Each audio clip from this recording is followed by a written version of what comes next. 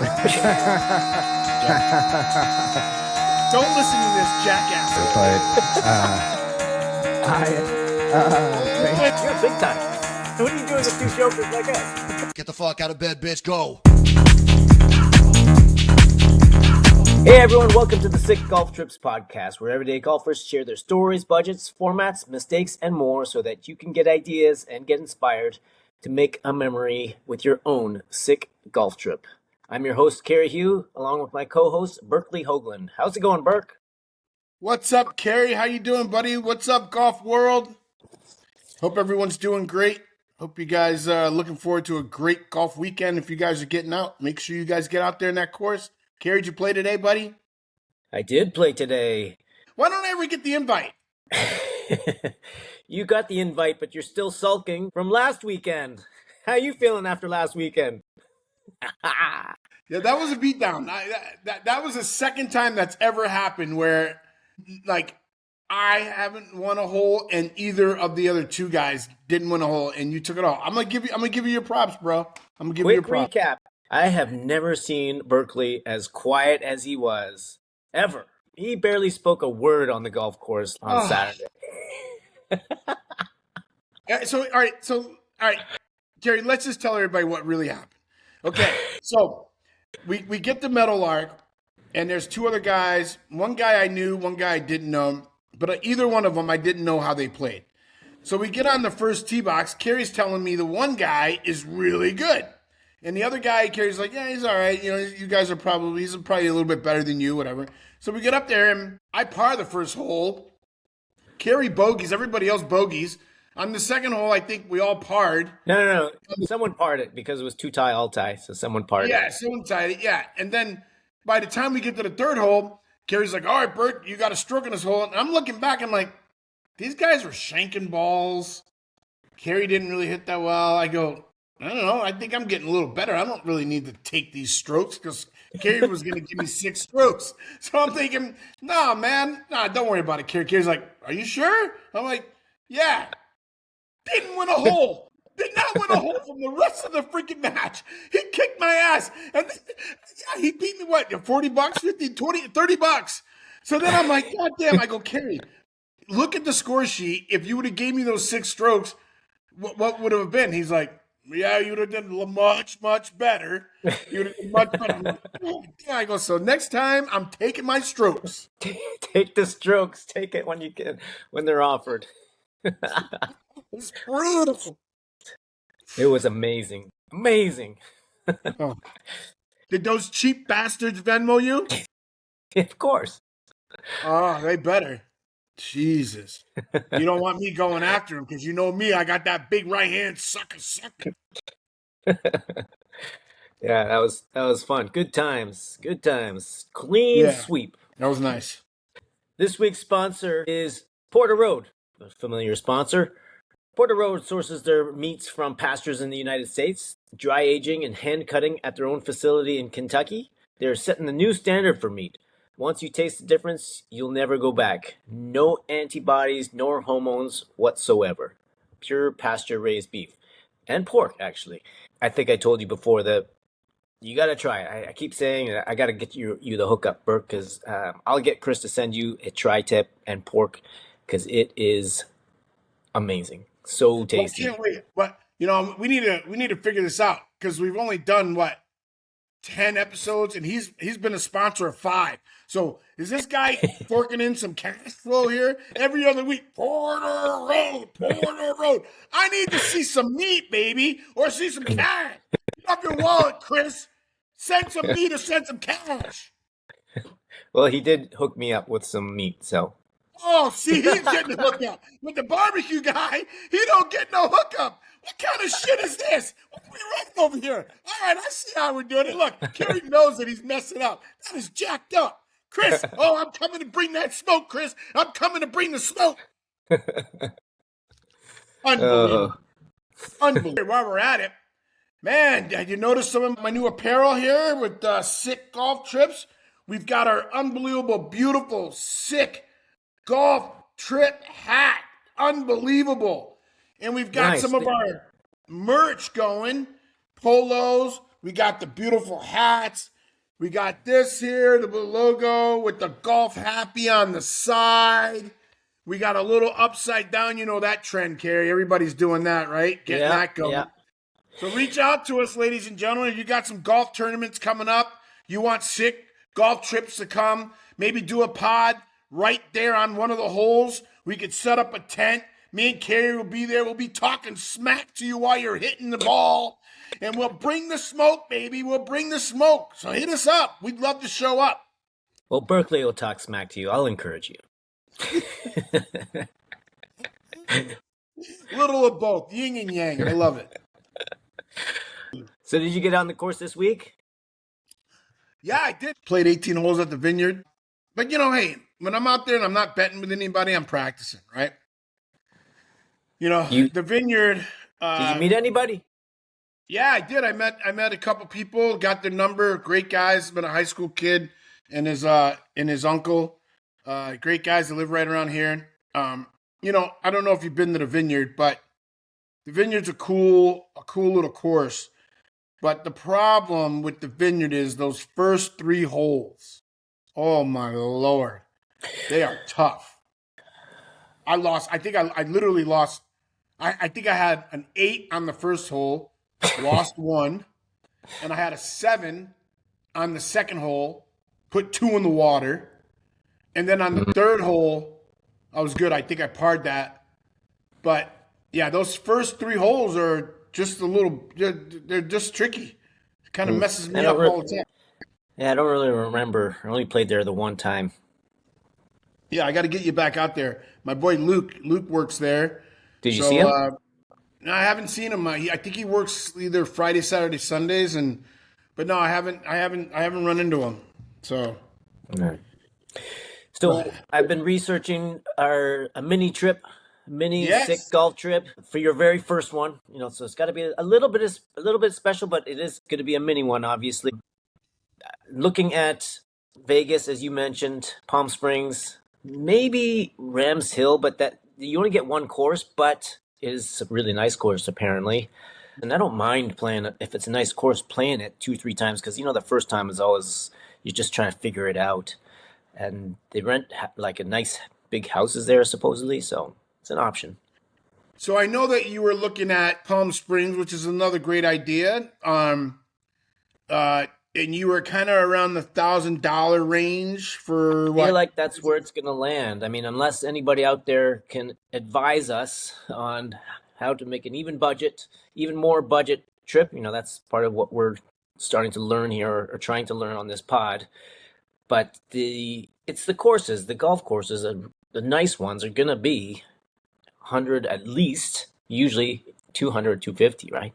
Yeah, I mean, you got that right. I mean, look, are you talking golfing on a Friday, Saturday, Sunday at Rams, 3 days? I mean, if you're looking at $200, that's $600 right there. Well, I'm thinking if we did Rams Hill, you could do a Friday twilight somewhere just in Temecula on the drive out, and then do Saturday, Sunday at Rams Hill. Well, the only way we're going to get it done, Carrie, is what everybody goes through. You got to throw it out there, and we got to go from there. I'm sure, maybe people that want to come that don't even know us, that would be freaking pretty cool, right? Get some people we don't even know to go. Who do we got today, buddy? Who do we got? Today we're talking to Kyle Porter of Normal Sports. Should be a great conversation. Kyle talks about life in terms of golf, as well as talking about golf. But he's got a pretty good Twitter following and a newsletter with over 17,000 subscribers. That's amazing. And let's just hope that his subscribers want to jump on to our sick golf trips. Make sure you guys hit that like button, hit that subscribe button, because we want to blow this thing out. Hey, Kyle. What's up, Kyle? How you doing? I'm great. You run a podcast, so you look like you got a professional setup there. Yeah, that's what I like people to believe, is that it's super professional. Well, have you seen Berkeley's background? I don't even think he's ironed it coming out of the box. Hey, Kyle, don't listen to this jackass, okay? My freaking background is freaking awesome. Look at it. It's great. It's like I'm sitting on the course. We are top notch here, buddy. Top notch. Looks great. It looks good enough for me. Good enough for who it's for, which is me. Kyle, Awesome. where are you Well, at? Where's home? Where are you at? Yeah, I'm in Dallas. So I went to school in Oklahoma, grew up in Houston, went to school in Oklahoma, and now split the difference and live in Dallas. Nice. Is All it right. stupid hot right now and humid out there? Stupid hot. It's absurd. Hate it. Is it like too hot to golf? Morning and evening is okay, but middle of the day, you don't want to be out there. Yeah. I don't know how you do it. I really don't, because I'm from Connecticut, but I never was into golf when I was growing up younger. I was always in a hockey rink. Carrie knows about that. So I never really, could care less about humidity. I wasn't in it that much. But my mom and dad moved to North Carolina, and I played a round of golf there probably like 10, 15 years ago. And by the fourth hole, I said, fuck this, I'm out. My freaking sweating all over my glove, couldn't hit it. It was brutal. So I don't even know how you guys deal with that. It's no fun. It's awful. If we didn't have good friends here, we'd be up to Oregon or somewhere, Michigan, somewhere like that. Wow, I got you. That makes sense. So how often are you out on the golf course? What kind of golfer are you, Cal? Yeah, I'm an 11. I think I'm a 10 something right now, maybe an 11. I honestly play more whenever I'm on the road traveling to go to U.S. Open or Masters or whatever.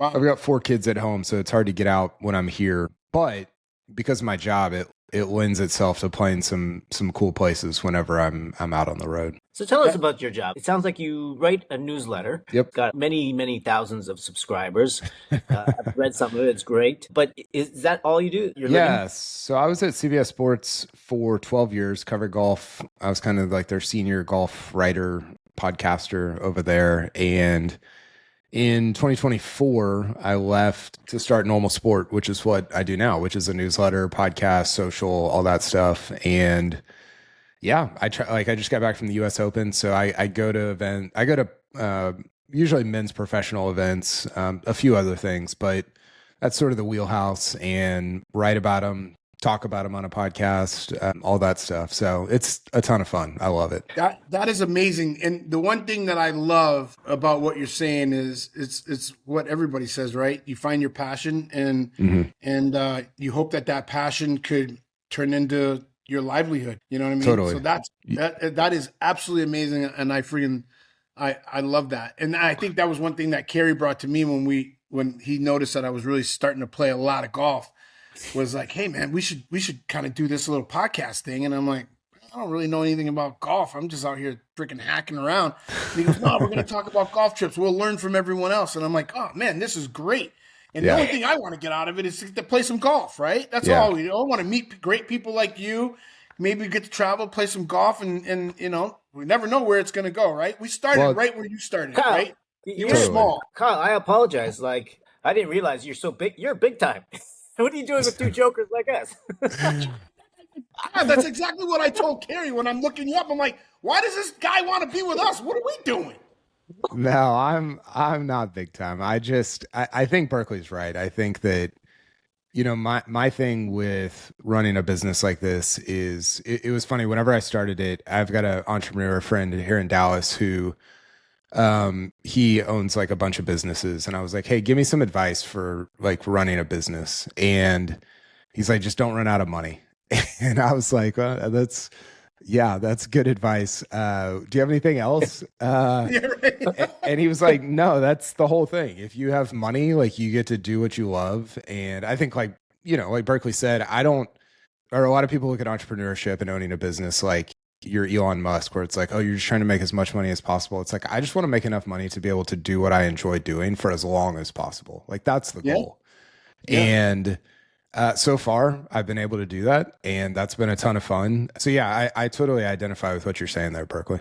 Yeah. So when you first started, and let's say, you CBS Sports, that's a great foundation, right? You really kind of like had a really good foundation on where you wanted to go. You kind of probably knew the ins and outs.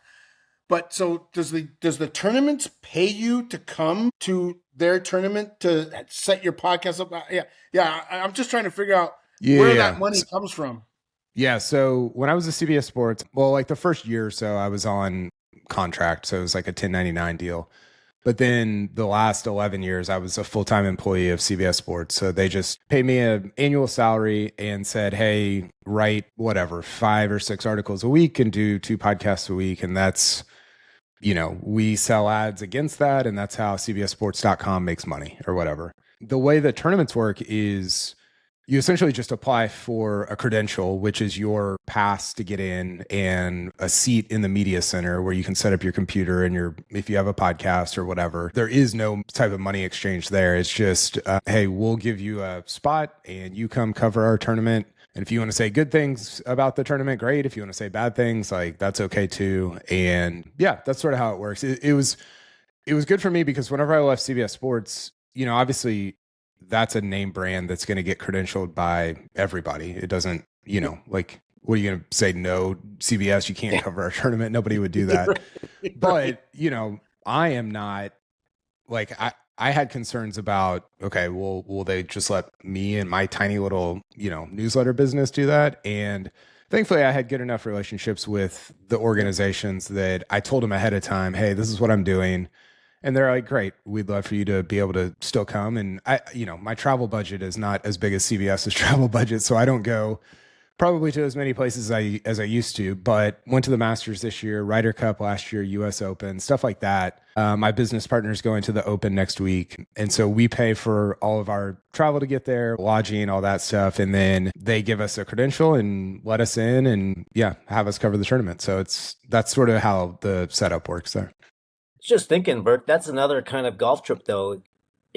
Obviously we're talking a lot about going on golf trips, but a lot of people go and travel just to see tournaments. And that's another kind of golf trip we can talk to folks about. Yeah, totally. Like you meet people at these, especially at a place like the Open, where my business partner lives in Amsterdam and he's traveling over there. And there's people that come from all over Europe to go to, this year it's in England, but it's, Scotland, England, whatever.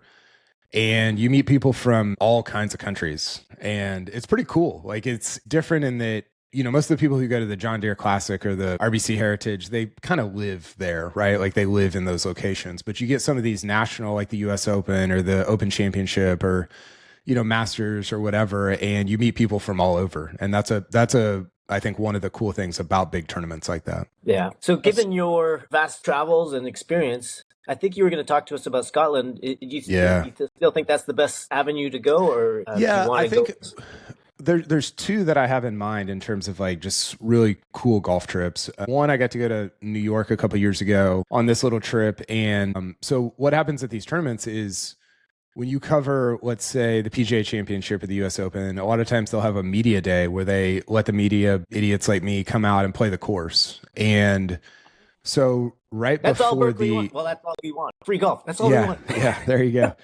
Right before the fall before the 2019, the PGA Championship was at Bethpage when Brooks Koepka won. And so in 2018, at the end of 2018, they had a media day there. And so I got to go up and play Bethpage, but then kind of tacked onto that a couple other spots, including Winged Foot. So I got to play some different courses in New York that were pretty awesome in like a very short period of time, like two days. You hit up 2 or 3 courses up there. So that was one. But then, go ahead, Carrie. Did they make you play from the tips, or do they? No, they don't want you out there for 7 hours. So no, they don't. They don't make you do that. They try to get you through there as quickly as possible. But then in 2022, I was in Scotland for the Open Championship when Cam Smith beat Rory. And what's fun about obviously Scotland in the summer is you can play till 10 or 11 o'clock. But what's really fun about those trips is you're with a lot of the people that you become friends with over the years that are also in media, that have podcasts or writing or whatever. And so a bunch of us went and played North Berwick, played Crail, and played Elie, which is my favorite course in the world. It's about 20 or 30 minutes from St. Andrews, this little kind of coastal town on the North Sea. And it's just, I don't know. It was magical because it was the open week and it was 10 p.m. when we finished and I was with great friends. But that to me is, that was my all-time golf trip, was going over there with a bunch of buddies and playing just some spectacular courses at night when it should be dark, you should be asleep, and you're playing some of the most beautiful courses in the world. So that was pretty awesome. So what time of year was this? That was in July of 2022. Yeah. Okay. So they were playing the Open there. So you got to do the golf visiting or the golf tour of the Open as well as playing trip. Yeah. Yeah. So we went to the Open at St. Andrews for 5 or 6 days, and then I actually got to play not the old course, but the new. I think it was the new course the day after the Open. So got to do that also. So it was a bunch of golf that I don't normally play in Dallas. Links golf on the North Sea and like stuff like that. So that was a ton of fun. How different really is it, this links golf that people talk about? Because they always say, like, I'm on the fringe and it's five yards to the cup. I like to chip it. I just feel more control. And people are always like, oh, this links golf, you got to putt from everywhere. The two things that are different are the greens are very slow. And so it's, I think when you play nice courses here in the United States, the greens, the nicer the course, the faster the greens is sort of the, standard or whatever. And over there, it's almost like the better the course, the slower the greens, which is interesting. And then obviously the wind is like, to me, the biggest thing. If it's, because all the courses, not all of them, but most of the courses there are on the sea, like not the lake or the river or whatever, but the North Sea. And so if it's blowing, it's just like, it's so different. And the ground is, I guess the third thing would be the grounds there are they're very hard. So you don't have to, like, it's weird. You can almost hit these like kind of bunty line drives that will go 280 yards, even if you didn't hit it it doesn't look that great, but it just rolls forever. And so it's not like a different sport, but it's definitely, you can play it differently, and you can almost be a little bit worse and get away with it, which I think makes it a ton of fun. That's me. You would thrive, Berkeley. You would thrive. I would totally thrive. You'd be locked in. They'd be asking me to go, oh, someone got sick. Burke, can you take over? Can you be on the tour? I'm like, I'm in. Yeah, can you hit that? You got to walk, Burke. Oh, yeah. Did you have to walk, Kyle? You do. You had to walk the whole course? Everywhere. I did 40,000 steps in one day when I played there. All right. Bye-bye, guys. He looks for the courses. Well, at least if they have a medical exception, he'll bring out his card. Yeah. Well, maybe, you could look into that. Oh, I definitely will. So this trip you went out there, so you went for 5 days. Yeah. And then did you just plan the golf around it afterwards, or was it in between everything? Or? Yeah, that's a good question. So we stayed in St. Andrews. So St. Andrews is a town that has it's a university town. It's a college town, essentially, like what we think of as college towns here in the U.S. And so a lot of us stayed at the St. Andrews dorm because it was in the summer, so everybody's out for the summer. So we stayed in the dorm rooms there as our sort of place of like where we hold up during the Open Championship. And so, like I said earlier, Scotland's interesting because it's so late. And so we would get done with, like you're there at the Open on a Tuesday. Well, guys are playing practice rounds, but there's not a ton going on. And so you can kind of cut out of there at 4 or 5 p.m. Well, you still got 5 hours that you can go play golf. So we would go on that Tuesday and Wednesday, we went and played. And then during the tournament days, you kind of stay there until it's done, which is almost dark. So you don't really play on the tournament days. But then, so we did like a day before, 2 days during the week, and then a day or two after before flying back to the States. How much are those courses, those kind of local courses out there? Not obviously the old course, but just kind of the average course out there. Well, it's interesting. It's not bad. I want to say, we paid $100 here, 150 there, 200 maybe was the most. And what's fascinating about places like that, I think European golf does it very well in that if you're a resident of, let's say you're a resident of St. Andrews, which is, you've got a lot of professors, you've got a lot of just kind of maybe people that aren't interested in golf. I think everybody there mostly is, but some people aren't. It's only like $800 a year to be a member at the old, at the courses that are the old course, new course. There's like 5 or 6 of them. And they just, I don't know, they've done a great job of keeping everything very accessible, very public. It doesn't feel, the old course is closed on Sundays. You can just walk around with your dog. You can, I mean, Berkeley would maybe ride around in a cart with his dog or whatever, but yeah, it's a very communal thing, and it's a ton of fun. That sounds like a fun. That sounds like a blast, man. And I love that. So it's funny because you were saying that about the locals. So I think we had a guest that said that he went there like way before he was going there with his buddies or something, and met a bunch of people there, and they got him on the local rate. Yeah. Or something. They just went and golfed with him. So yeah, I think the first year he was there, he paid a ton of money, like, the regular costs. And then he met all these people, and he went back out there, and it was like $50 or $60 to have your local rate. I mean, that's freaking unbelievable. Yeah. It's a lot like Torrey's like that, right? Torrey Pines. Yes. Yeah. Yes, exactly. Yeah. It's a lot like that. And Bethpage, I think, is like that a little bit too, but it's a cool feature, I think, of European golf for sure. Yeah. So you talked about the greens, they're slower there, but the fairways, they roll a lot different. Overall, are the course conditions of an average course, are they up to snuff? Are they same, equivalent to here, would you say?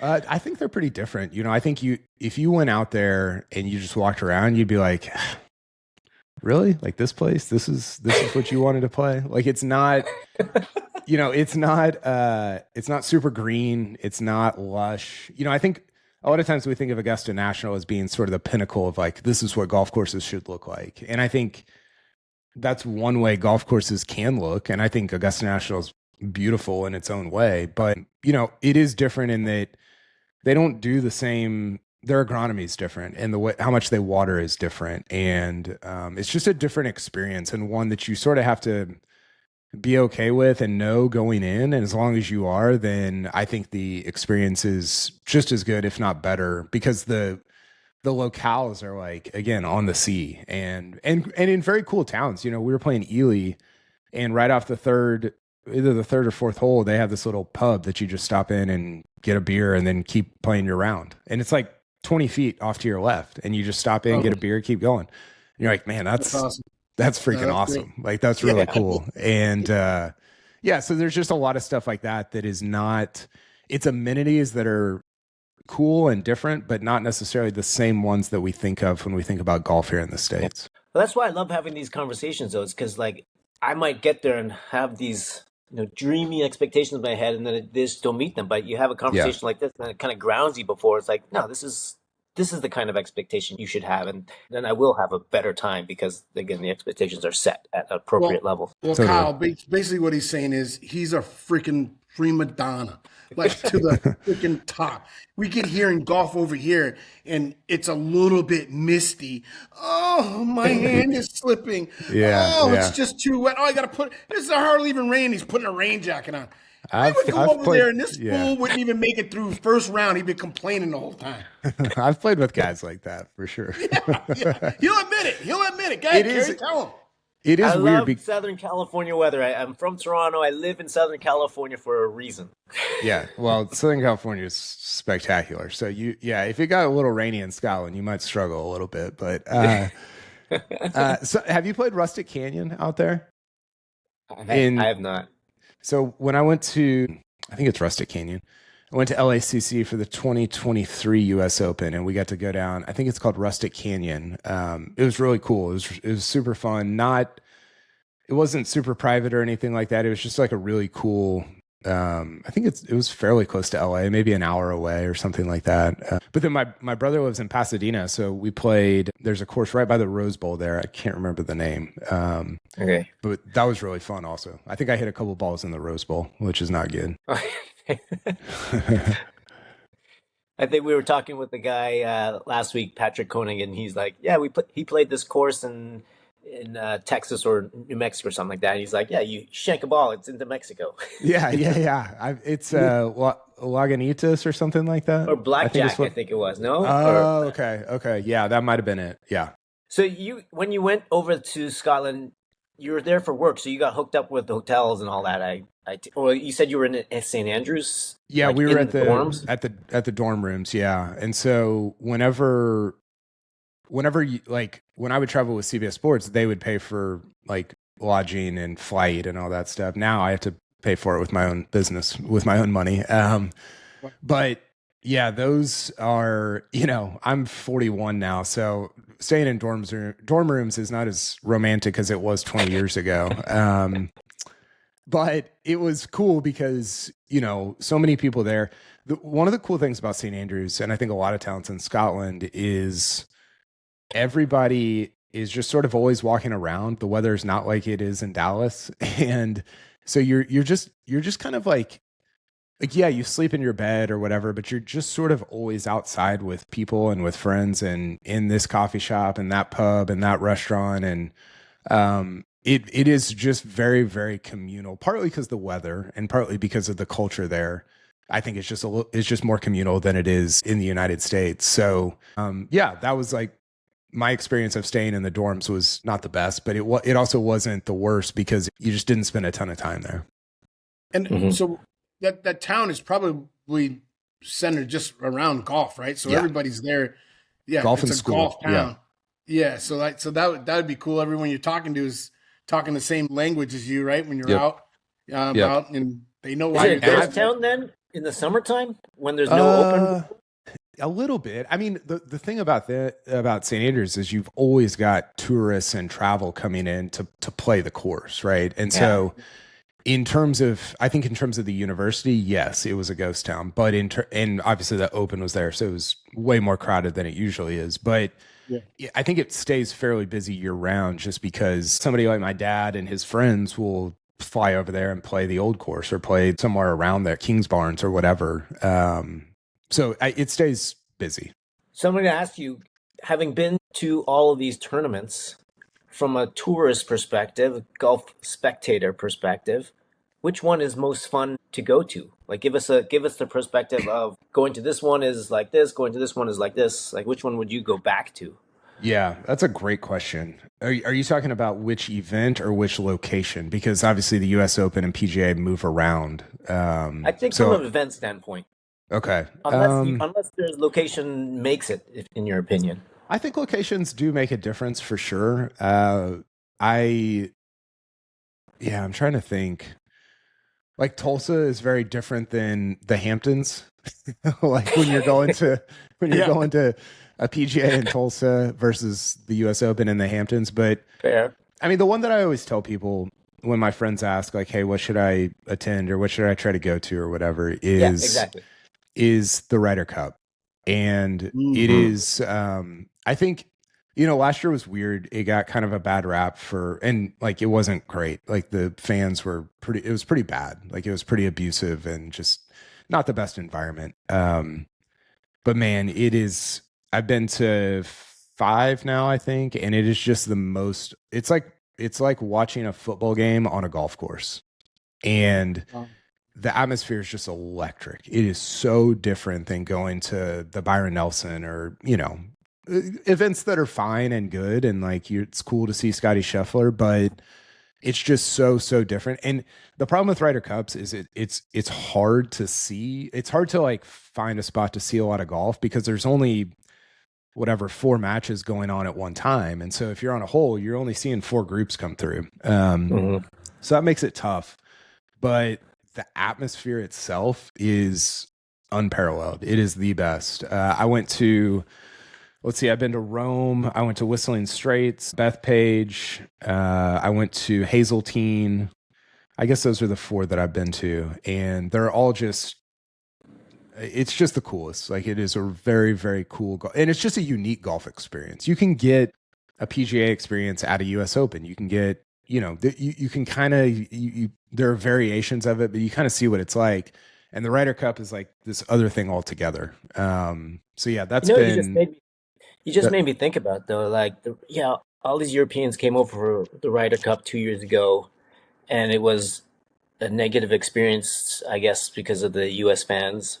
But this go around for the World Cup has been like the opposite. You're seeing on Twitter and everything, all these Europeans loving what they're seeing and the experiences that they're having in the U.S. So it's actually strange to see that contrast. I 100% agree. I told my wife the other day, like it's very like the World Cup has been very cool because it feels like we were like the United States was garnering a lot of goodwill globally. It was like, oh, people are like, oh, the U.S. is maybe not what you see on TV and in the movies. Yeah. It's actually like kind and friendly and fun. And that's been, I think, a very encouraging thing about the World Cup. It's been amazing. I wish it was more that way during the Ryder Cup, and maybe hopefully next time it will be. New York got a little out of hand, I think, but yeah, I totally agree with you about the World Cup. It's been a very different experience. Awesome. Well, usually what we do with the trips, we have a 6-score framework. We rank the courses and the crew and the format.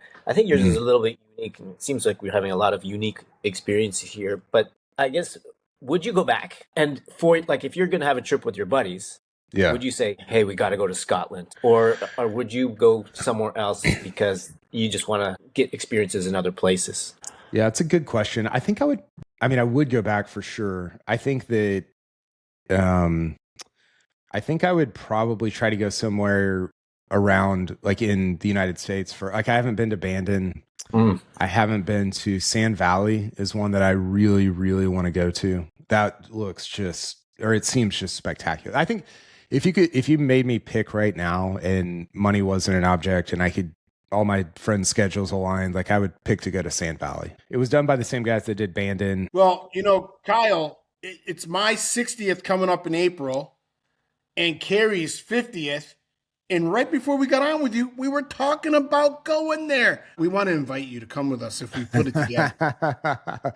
Well, I could pretend like I'm celebrating my 40th to sort of round out the ages. We're like 40 there. minutes in, Past 40, but I can pretend. Yeah, Sand Valley looks spectacular. But I mean, I would for sure go back to Scotland at some point. I think part of it, Carrie, is like, I definitely romanticized the whole thing because it was like the open week and it was a ton of good friends. And so I almost want to just preserve that memory and let it be what it was and not try to recreate it in some ways. I'd love to go to Australia at some point. I'd love to go to Ireland at some point and see some of the courses there. There's just too many great courses and not enough time or money to experience them. That's what we're realizing. Yeah, there's talk to people, their bucket list is growing and growing. Like, I don't know if I have that many years. Yeah, or that much money to I know that was do funny. it. But actually, that sprung a question for me. Would you recommend doing a golf trip around an event? Is that a good thing, or is it just make the golf courses impossible to get tee times or whatnot? That's a good question. I think so a good example of this, we played Southern Pines during the U.S. Open in 2024 when the U.S. Open was at Pinehurst. So if you go to a place like that's very dense with golf courses, like a Pinehurst or Scotland, obviously, but like a Pinehurst where there's, you could name probably 6 or 7 great courses in like a 20-mile radius, then I think going to like centering it around an event like that makes it awesome because there's not like, those courses are not necessarily going to fill up because there's so many of them. There's just not enough people that are playing to fill them up. Augusta's become like that a little bit. If you are able to go to the Masters, they've started to build up courses like Old Barnwell and Tree Farm in Aiken that are really close to Augusta National. And so that's another place that's starting to become more dense. But, I think if you so Tulsa, when the PGA Championship was there, I would not do a golf trip around going to a PGA Championship in Tulsa because there's not enough good courses around there to sort of make it worth your time and effort. So I think it's very location dependent of whether or not you want to do that. Awesome. And then I don't know if you got a lot of experience around Scotland, but if you're going to go to Scotland, is that the place? And you could just sit there, right? And there's a lot of courses around versus So St. Andrews, Ely, Crail, all of those are sort of I believe they're northeast Scotland. And you can go, you can go anywhere on the coast of West Scotland also has some great courses, but the crazy part, I think sometimes you think about the United States and you're like, there's so many great courses, but then you turn around and you're like, yeah, but they're like separated by thousands and thousands of miles. And in a place like Scotland or Ireland or England, even, you can kind of drive from great course to great course within 20 minutes, 45 minutes, whatever it is. And so that's a real, I think, advantage of playing in a country like that. And you can do that, like I said, you can do it in a place like Pinehurst that has a very dense population of great courses. San Diego's like that with Torrey and some different places down there. I think of Pebble. You've got a bunch of stuff around there that is very, I can't remember, Pacific, whatever they call Poor Man's Pebble, which is the one that I play. That's just freaking awesome. And so you can do stuff like that where it's dense, but for the most part, you do it more so in places like England, Ireland, Scotland than you can in the U.S. Yeah, I think, like you said, there's choice areas, and I feel like they're starting to build these out more, like Bandon and Sand Valley, and then of course you got Pinehurst. Wisconsin sounds like it's got its own little mecca, and even if you wanted to go, we're hearing like the northern part of Detroit has some really nice courses, very dense. Of course, you can only golf there like 3-4 months a year. I know, but it's spectacular when you can. Pacific Grove, by the way, is the place in Monterey that's people like me can afford that we go to. So that's a very, very cool. It's very cheap and it's a very cool spot. Back Nine's amazing there.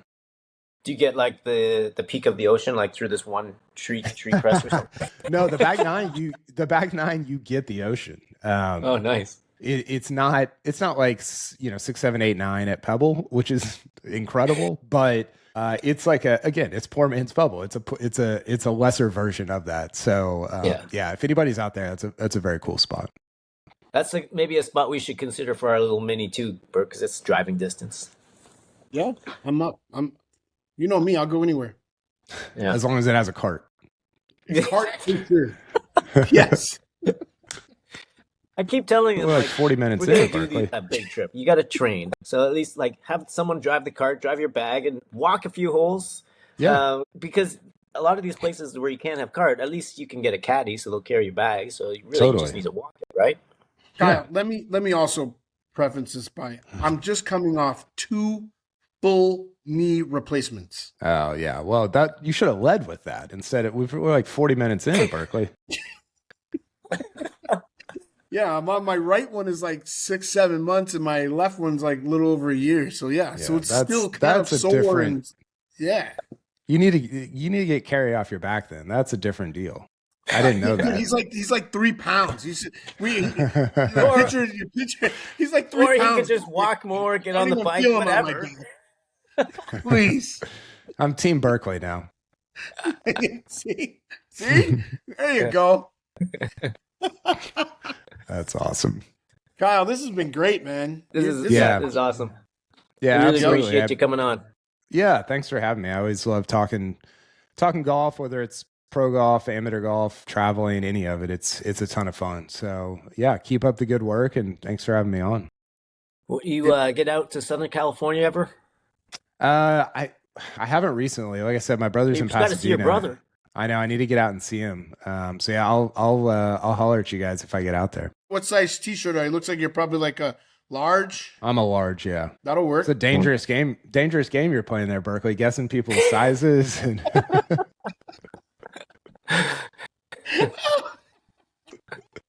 that is dangerous. If it was a woman, if you're a woman, I wouldn't have said nothing. Yeah.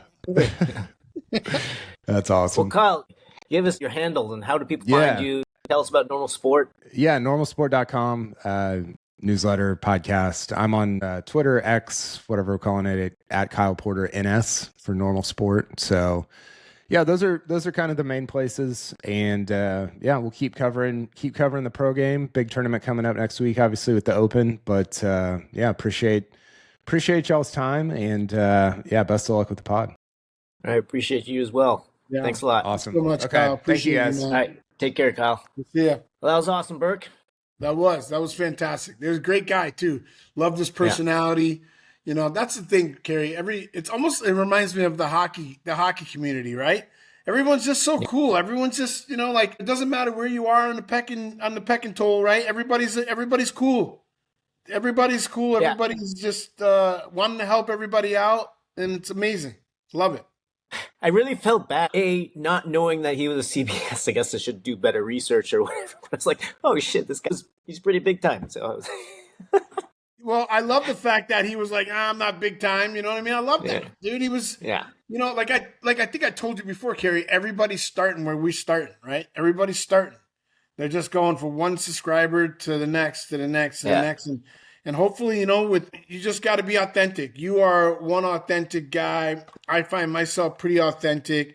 and For sure. people gravitate to that. And all we're doing is just trying to help people out. And I think this is great. I love that you came up with it. I Yeah, love it's really good information you got today. So Yep. hope everybody enjoyed that and found it as informative as I did. So Burke, why don't you close this out? Yeah. Again, everybody, thank Kyle Porter, my guy. Go check what he's doing out. Thank you so much for tuning in to Sick Golf Trips again this week. Make sure you hit your like and subscribe button, and we will see you on the next show. Go hit them straight.